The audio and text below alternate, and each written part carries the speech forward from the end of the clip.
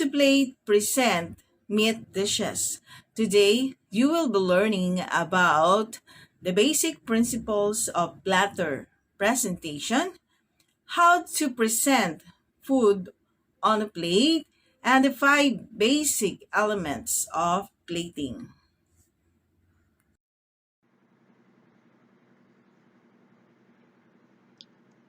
Plate present meat dishes. Principles of platter presentation.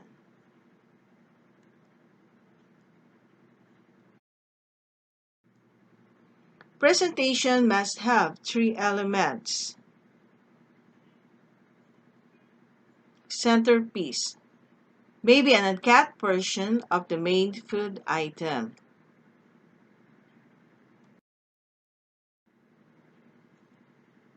Slices or serving portions of the main food item arranged artistically.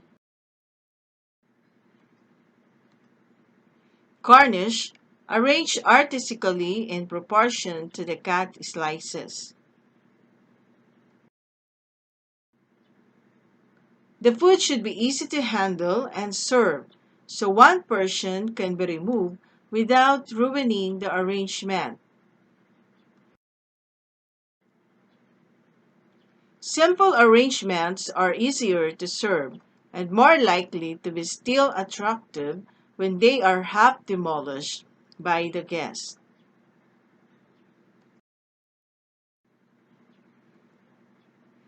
Attractive platters are made of metals, mirrors, china, plastic, or woods, presentable and suitable for use with food. It must look attractive and appropriate not only by itself but among other presentations on the table. How to present food on a plate. When you're plating food, the goal is to create a dining experience that taps all of the senses, not just the palate. When food looks appetizing, the body actually produces more fluids that aid in nutrient absorption. So you might even say that beautiful food is more wholesome than food that doesn't look appealing. To achieve restaurant quality presentation, start with brightly colored, well-cooked food. Layer the food and play with contrasting colors and textures to increase its visual appeal. Finally, garnish the plate with flavorful herbs or spices to it take it to the next level.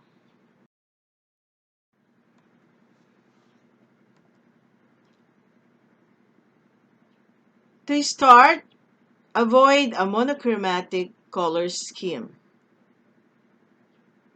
A plate of food looks most appealing when there's a high level of contrast in colors. When you're planning meals, think ahead about the colors you want to feature on the plate. You might not be able to represent all the colors of the rainbow at every meal, but challenge yourself to have as much color as possible. Bring out vegetable brightest colors. The way you cook your vegetables has a lot of bearing on the overall visual effect of a meal. Lightly steam instead of boiling. Steaming vegetables make them look appetizing and flavorful, while boiling creates the opposite effect. Roast or saute them with a little oil or butter. Roasted or sauteed vegetables look quite appetizing when they're allowed to caramelize a little in oil or butter. Sear your meat and let it rest. Many meat dishes look most appetizing when the meat has been seared. The sight of a steak or piece of grilled salmon with a brown, crispy sear will make your dinner guests' mouths start to water. In addition to searing your meat, you should let it rest for several minutes before cutting it. This allows the juices to absorb back into the meat so that they don't end up running all over the plate.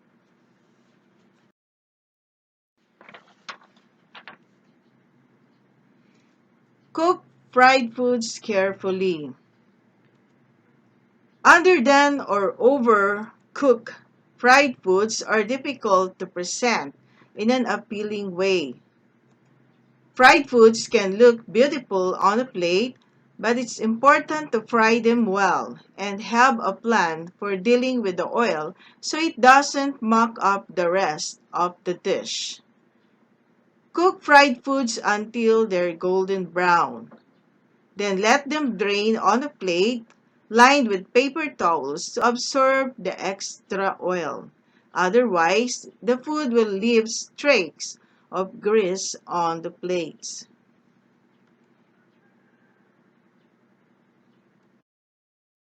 Take texture into account.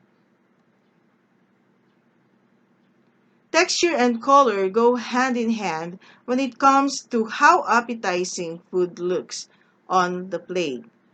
If your food looks too oily, too dry, mossy, tough, or otherwise difficult to chew and swallow, it won't matter how perfectly colorful it looks. Take pains to cook food well so that it comes out to the right texture. The way you handle the food just after it has been cooked and before it is plated can really affect the texture. Pasta, for example, should be kept in water or tossed in a bit of oil just after cooking so that it doesn't start to clump. Fried food should not be covered with airtight lids because the heat from the food will end up steaming the breading and causing the food to get soggy.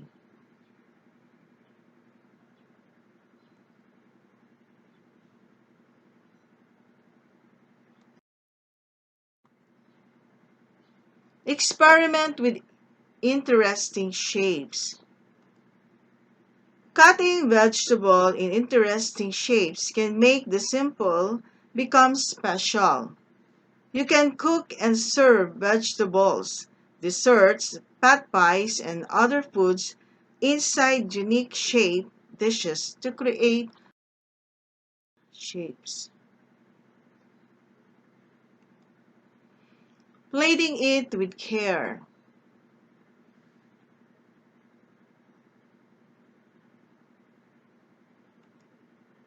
When in doubt, choose white plates. White plates don't compete visually with the foods you're serving.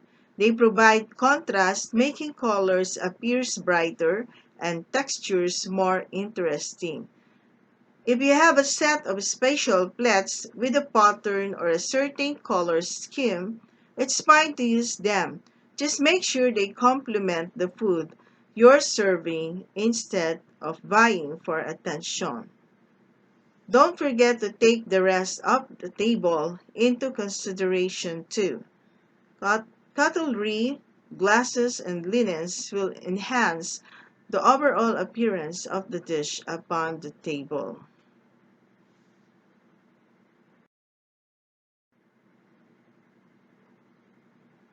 Visualize the finished plate. Consider how to present the main portion in relation to the side dishes. Consider where it will look best on the plate with the other elements of the dish. Consider also how to get best impact. The appearance and symmetry are all affected by whether the food is sliced thinly, thickly, or left whole. Limit portion sizes.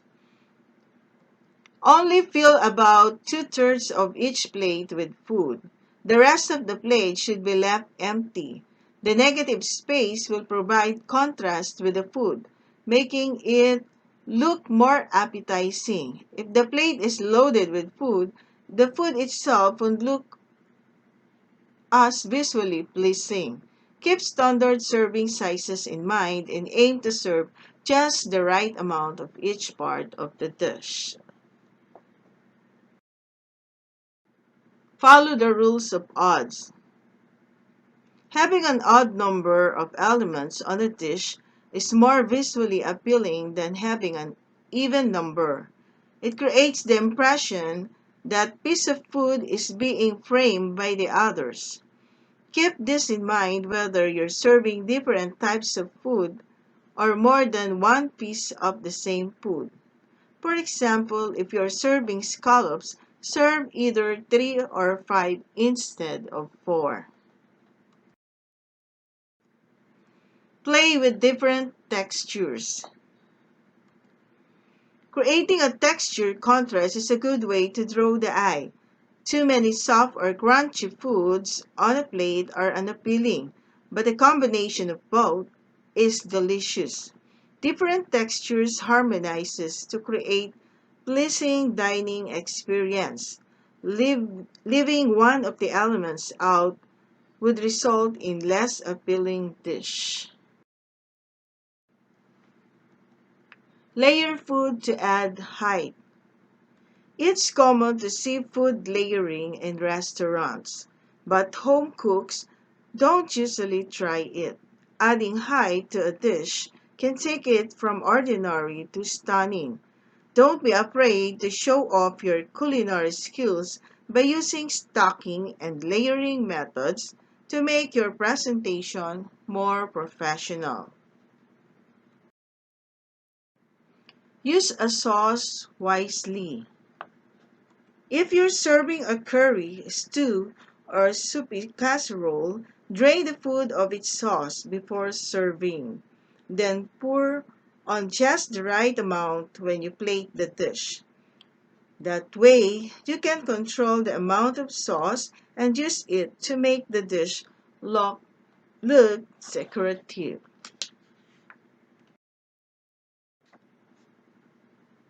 Keep up with food styling trends.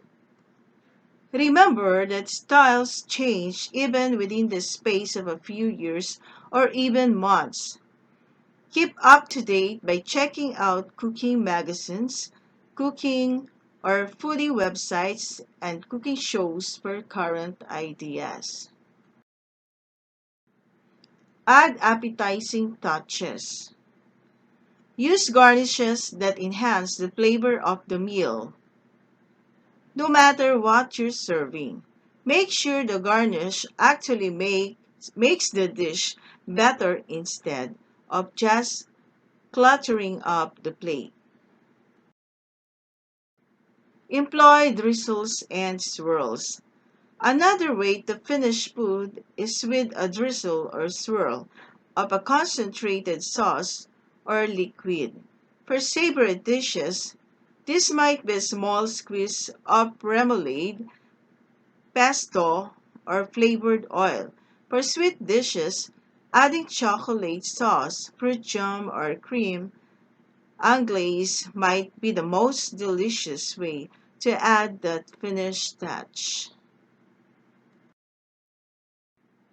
Make sure the plate is clean. Examine the edges of the plate for fingerprints and smudges. A great way to clean up the edges of a plate is to dip a paper towel in a cup of water with a dash of white vinegar.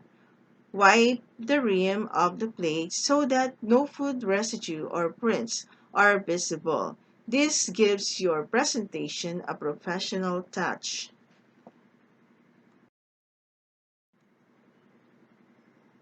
The 5 basic elements of plating. Create a framework.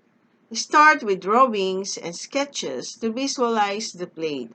Find inspiration from a picture or object. Assemble a practice plate to work on executing your vision. Keep it simple. Select one ingredient to focus on and use space to simplify the presentation. Clutter distracts from the main elements of your dish that might confuse the diners on what to focus on. Balance the dish. Play with colors, shapes, and textures to ensure diners are not overwhelmed. The presentation should never overpower flavor and function. Get the right portion size. Ensure that there is the right amount of ingredients and the plate complements the dish. Not too big or too small. Strike the right proportion of protein, carbohydrates, and vegetables to create a nutritionally balanced meal. Highlight the key ingredients. Ensure that the main ingredient stands out and pay equal attention to the support. This refers to the other elements on the plate, such as garnishes, sauces, and even the plate itself.